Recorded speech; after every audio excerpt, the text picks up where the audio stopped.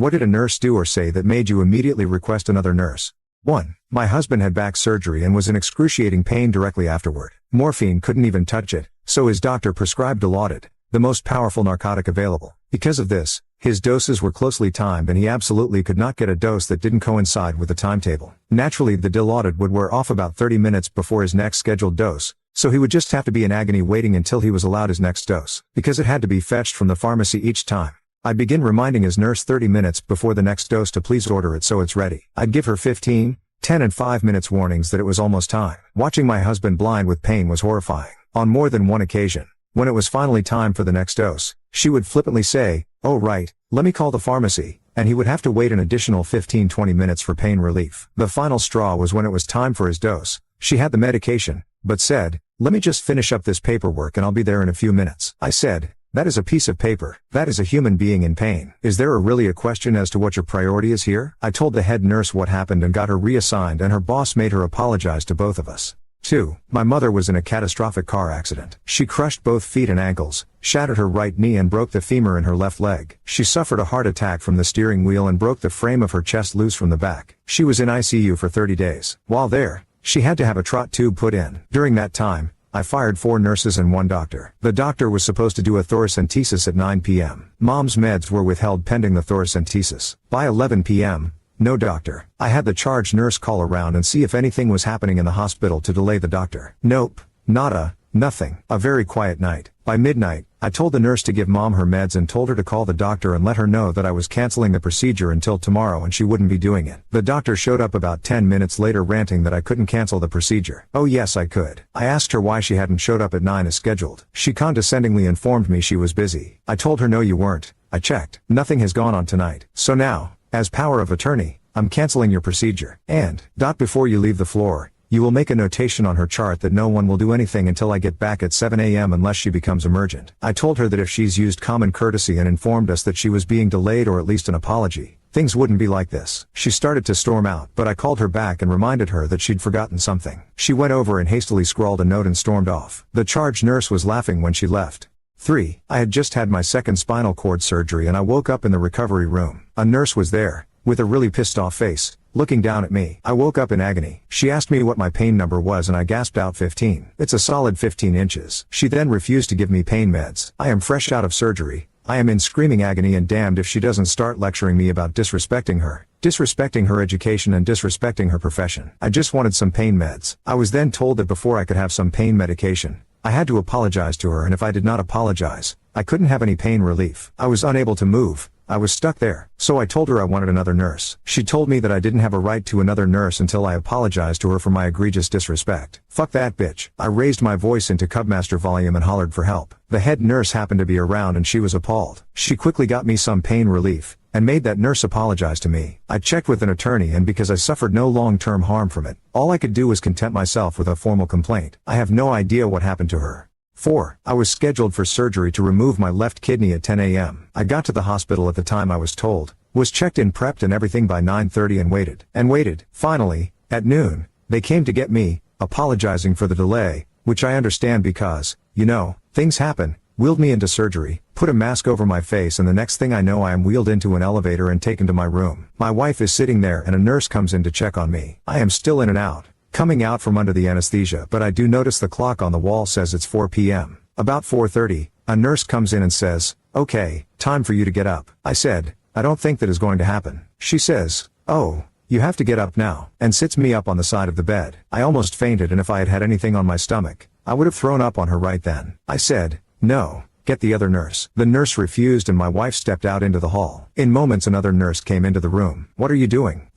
She asked the other nurse. "It's time for him to get up. Did you look at his chart?" ?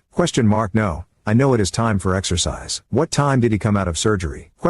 "Noon." "Look at the chart." "Look at the damn chart." "Oh, 4 o'clock, right. Go check on room 512. And she left. The new nurse laid me back down and apologized. I said, "It's okay, I guess. I'm just glad you came when you did." She said, "Well, yes, but I am apologizing for doing that in front of you. I should have told her I needed to see her in the break room instead of doing that right here." I never saw the other nurse again. About 8 o'clock that night, my new nurse came in and asked, "Would you like to try to stand up and take a couple of steps?" I said I would try, and she helped me up to a standing position and I took a few steps away from the bed and back again. After that, All of my nurses took excellent care of me for my 5-day stay. 5. After I had my son via C-section, my nurse was horrible. She was being a bitch to me, forced me to have morphine when I didn't want it and called me a wimp. If I was a wimp, I would have begged for the morphine. It put me to sleep and I spent less time with my son. I asked to be taken to my son in the NICU. She told me no. She said she was too damn busy to take care of me. I got tired of it. I hardly seen my son since he was born and she kept telling me I had to wait for someone to will me down. I got out of bed. She stood in front of me and said, "What the hell are you doing?" I replied, seeing my son. She shot back, "Well, you have to wait 'cause I can't take you.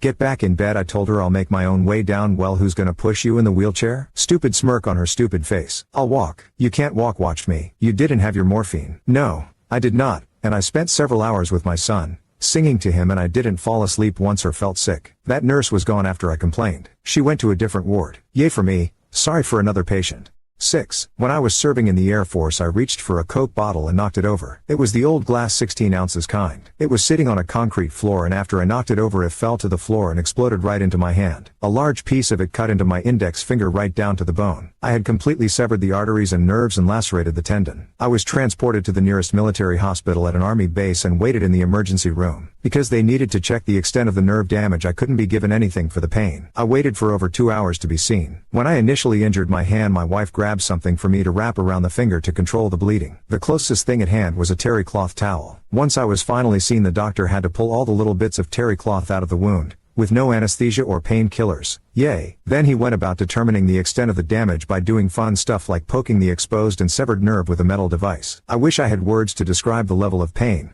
but I just cannot do it justice. An hour or so later, and about 4 hours after the accident, I was waiting to be admitted to the hospital to have my hand surgically repaired. I had still not been given anything for the pain, and I had my eyes closed, doing my best to meditate and block the pain with my thoughts. I was actually doing pretty good and was, relatively, comfortable and relaxed when a nurse leaned over me and tapped me lightly on the cheek while loudly saying, "Wake up, you're not dead." My eyes flew open as all the calmness left and the pain came searing back. "I'm not in the F-ing Army either. You get the hell away from me," I shouted at her. I wouldn't let her touch me and I refused to have anything to do with her. The doctor put in my 4 while he explained that he understood why I wouldn't let her touch me, but she was much better at putting in 4s than he was and it would hurt more. I just indicated to my hand and bet him he couldn't possibly cause enough pain for me to even notice. The next day the nurse came in to apologize to me. I was now medicated and completely accepted her apology. I was in the hospital for 2 weeks for the surgery and the beginning of rehab, and we became buddies for my stay. She was a neat lady. It just hadn't occurred to her how much pain I was in and that I would be meditating.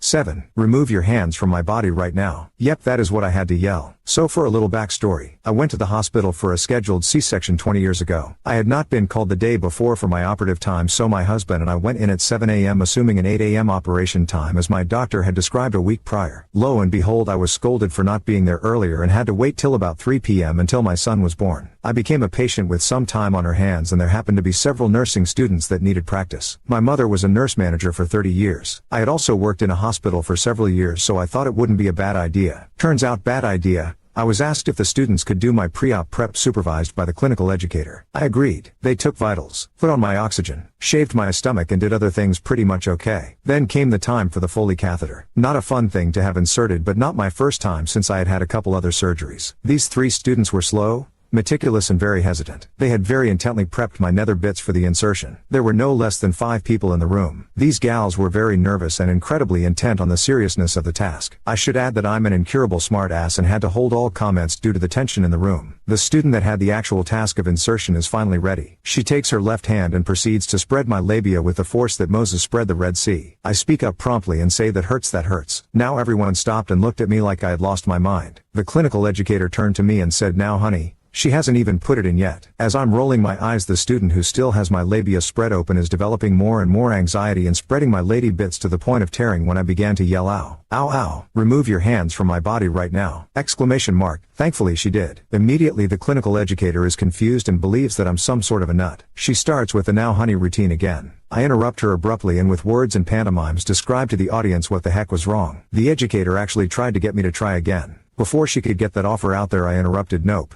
Nope, not gonna happen," and asked them all to leave and never come back. The students were scarlet red with embarrassment when they cleaned up and left the room. I hope that was a very big lesson to those people that day. Since then I've not let students do many things with me, especially nervous ones.